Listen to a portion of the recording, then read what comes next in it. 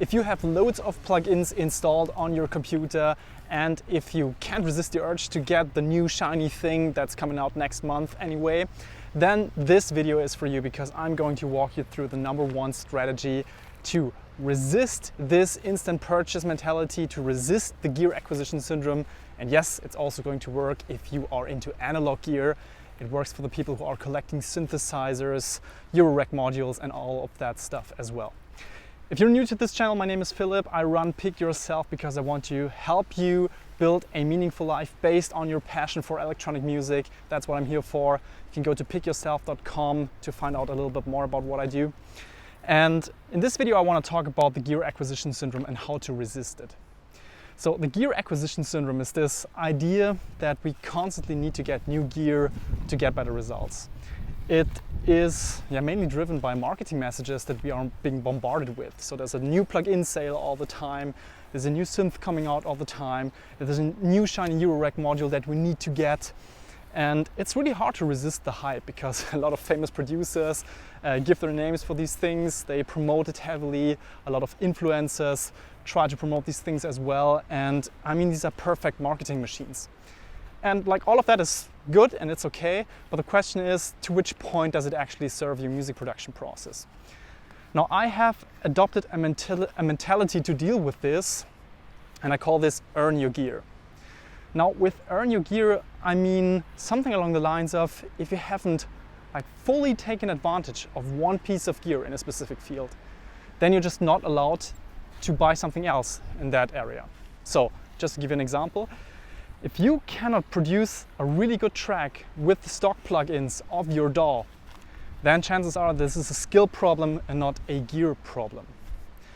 Now, once you really reach the limitations of the DAW, the limitations of the plugins that are included, or you find something that actually upgrades your workflow significantly, then yes, I think it's okay to purchase something new. And also, of course, technology is changing and it's okay to keep up with that, but we are just not allowed to use that as an excuse for a lack of skills.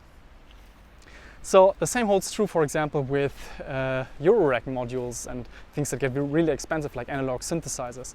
So I've started to get into the modular synthesis game like half a year ago or something. And actually it was driven by having gotten fellowship that paid enough money to spend on modules.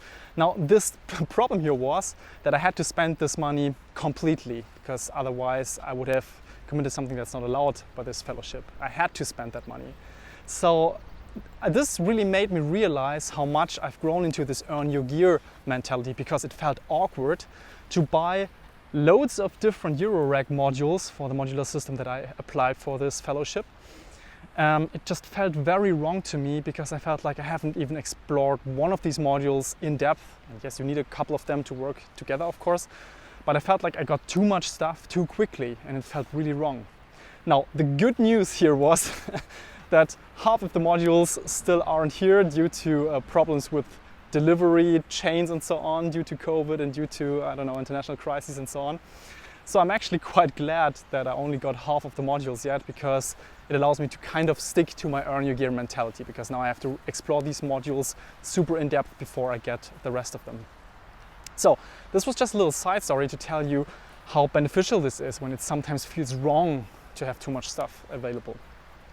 Now, this earn your gear thing, I would encourage you to try it out, fully explore one thing, then move into the next thing. Good example would be EQs and compressors. So if you have one really good analytical, precise EQ, like for example FabFilter or something, or any standard EQ that is parametric and allows you to dial in a lot of things, only when you really feel like you've explored all the different settings and all the different options, and you then find out that you want to get a different tone from an EQ, you can go into, for example, a Pultec emulation or something that is like coming from the analog domain and maybe was transported into something digital. And then you figure out where the boundaries of this are.